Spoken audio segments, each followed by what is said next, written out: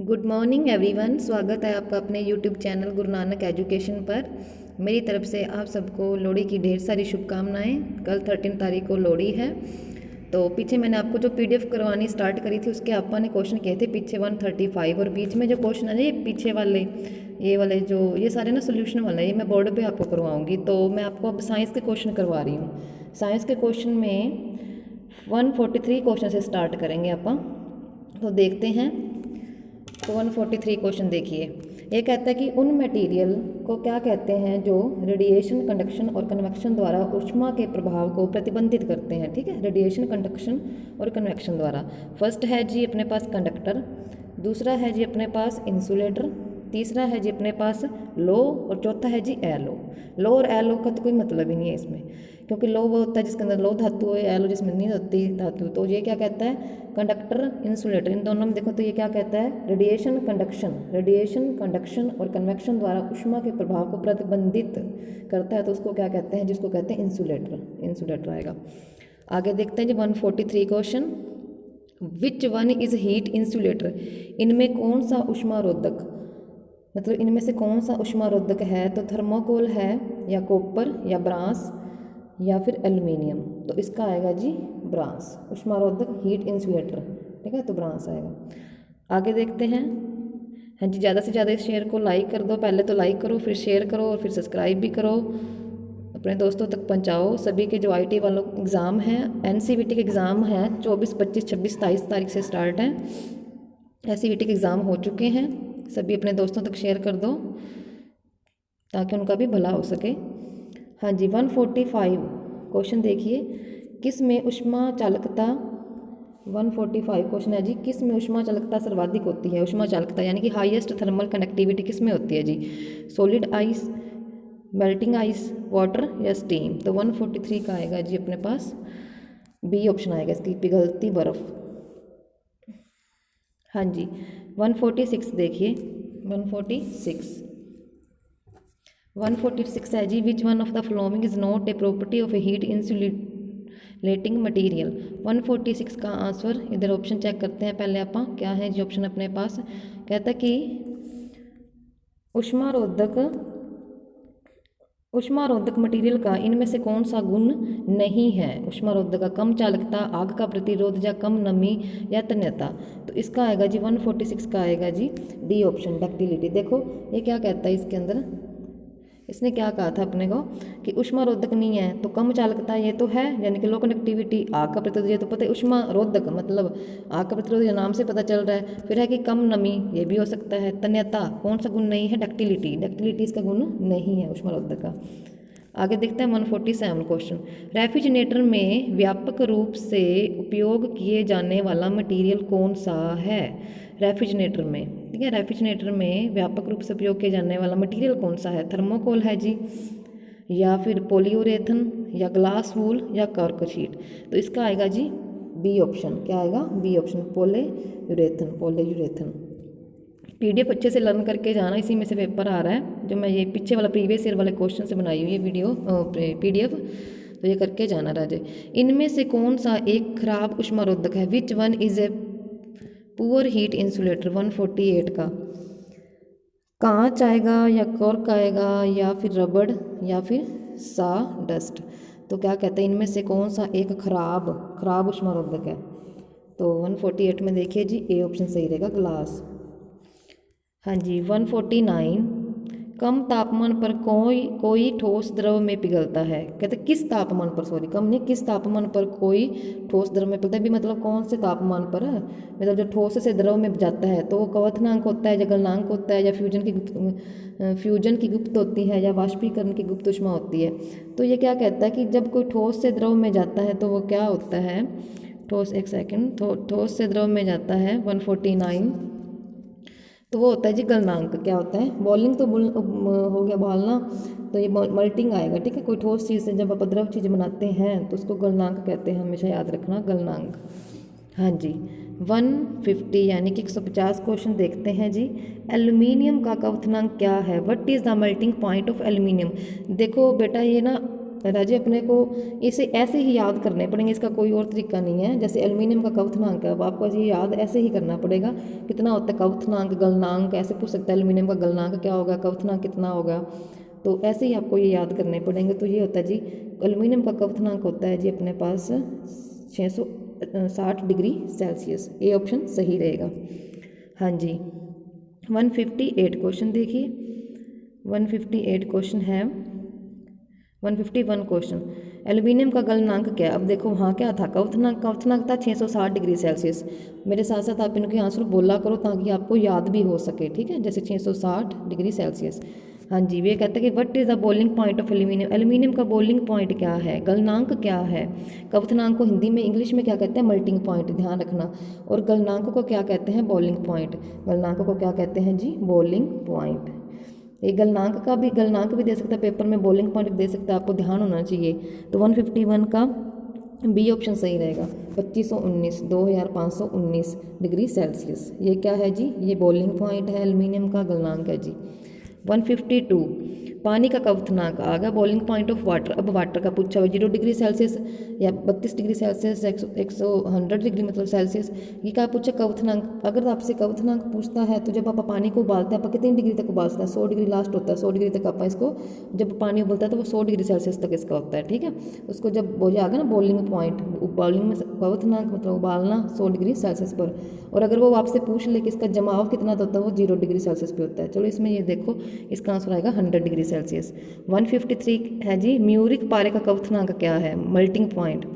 तो म्यूरिक पारे का मेल्टिंग पॉइंट क्या है, 153 में देखते हैं, -357 या 209 या 7.1 या 30.72, ये सारे माइनस, हमेशा पारे का क्वथनांक माइनस में ही होता है। तो 153 का आंसर आएगा जी डी, क्या आएगा, डी। हाँ जी, 154, म्यूरिक यानी कि पारे का गलनांक क्या होता है। पहले क्या था जी, वही बात, मेल्टिंग पॉइंट पूछा था, मेल्टिंग पॉइंट पूछेगा तो -38.72, -38.72 डिग्री सेल्सियस। और अगर आपसे पूछेगा म्यूरिक पारे का गलनांक, अब बॉइलिंग पॉइंट पूछा है, वो जमाव था, ये बॉइलिंग पॉइंट है। बॉइलिंग पॉइंट उबलने वाला, मतलब उसका कितने डिग्री सेल्सियस तक उसको बॉयल कर सकते हैं।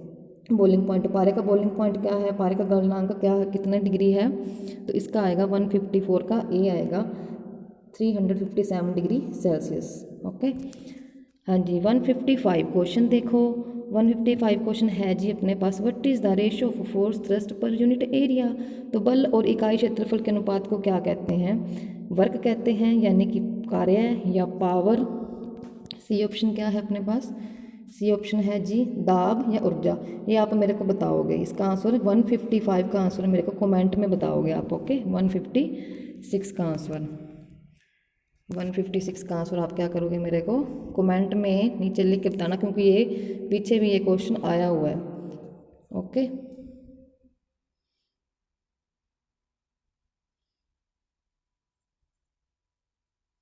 वन 156 पे थे आप, 156,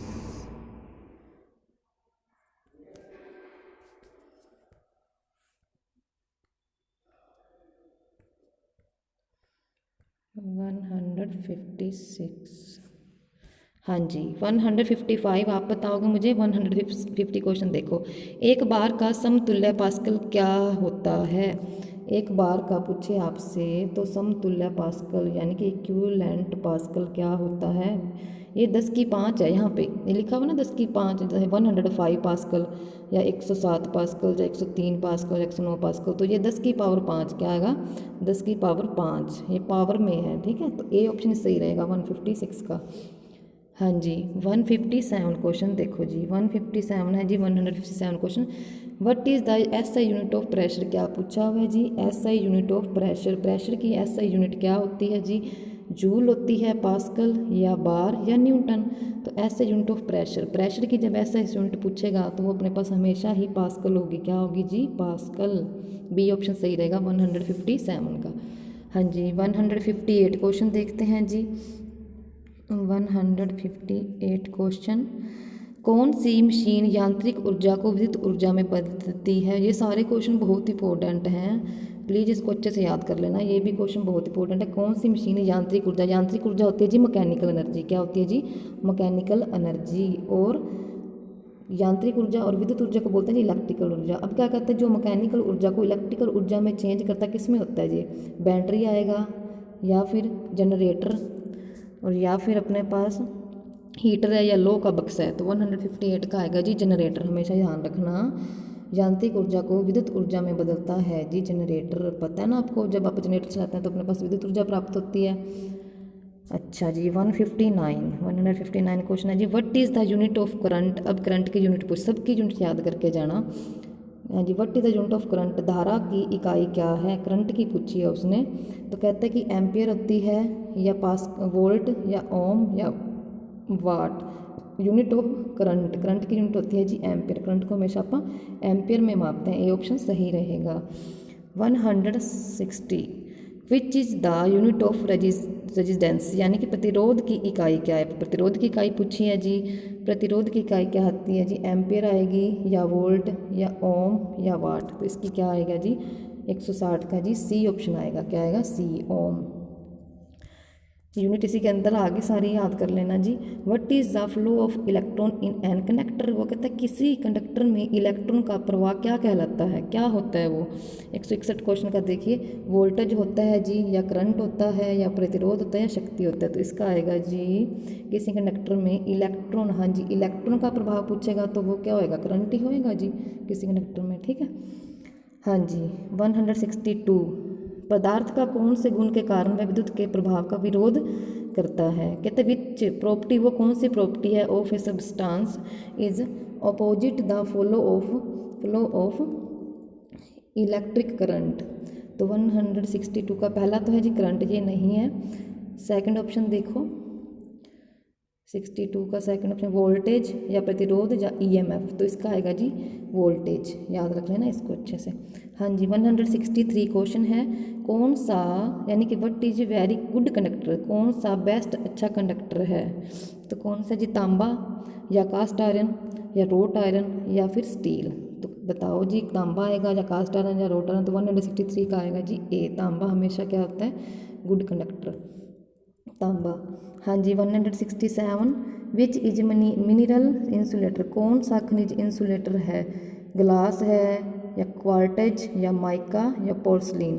तो 164 का आएगा जी सी ऑप्शन, क्या आएगा C option mica, mineral insulator, खनिज इंसुलेटर पूछा इन्होंने तो माइका आएगा जी 164 का। 165 हाँ जी ये तो वैसे यदि 3 ओम 9 ओम और 5 ओम के 3 प्रतिरोध सीरीज में और कुल प्रतिरोध वाले आगे ऐसे क्वेश्चन आएंगे, ये आपको सोल्यूशन करवाएंगे रफ पेज पे।